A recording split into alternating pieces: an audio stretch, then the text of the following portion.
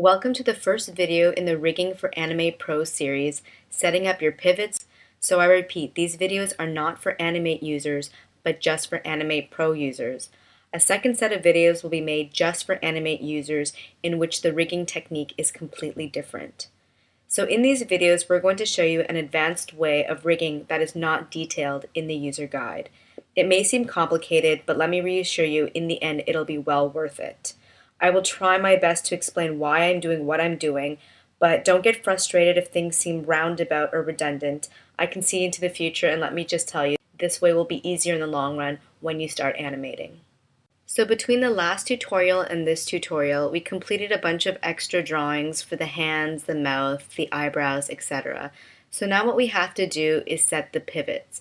The only two body parts that we don't, or four body parts that we don't need to set the pivots for, are the two forearms and the two tibias, and that's because if you recall, we already set them in the tutorial where we rounded the joints. So to set a pivot, you have to select the pivot tool from the toolbar.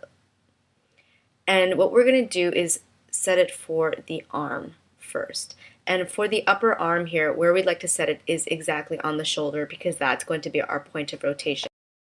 So let's zoom in a little bit. And what we're doing right now is we're directly setting the pivot on the drawing. And all you have to do is click in the place that you would like to set the pivot, and you can even drag it around if you click and drag to set it more precisely. You can also zoom in if you want to make it super precise, but that's really not bad. And every time I jump between views, I'm able to reset the pivot in a different spot because it considers these different drawings because of that line there. So I'm able to set a different position for every view. Finding it difficult to see where you should place the pivot, you can always turn on the light table and also turn on the show current drawing on top. In this case, because the rabbit's G is so pale, you can't, but I can see that the curve, the top curve is actually here. So I'm going to replace the pivot there. Here it's good. I see that the G stops right where the pivot is, and here it's obvious because there's a black line around it. So when you have extra drawings, such as this hand, that has several different drawings, you want to be sure that the pivot is in exactly the same spot. And the reason for this is if you set two keyframes where there's interpolation between the two keyframes, and for example your hand is performing a rotation, if you then substitute in one of these drawings mid-rotation and the pivot point is different on the two drawings, then there's going to be a visible jerk in your animation and it won't look smooth. So to ensure that you have the pivot in the same place for all the extra drawings of a particular view, you just have to place the first pivot. So I'm going to place it there. Then you have to right-click in the timeline and select Copy Cells from Timeline.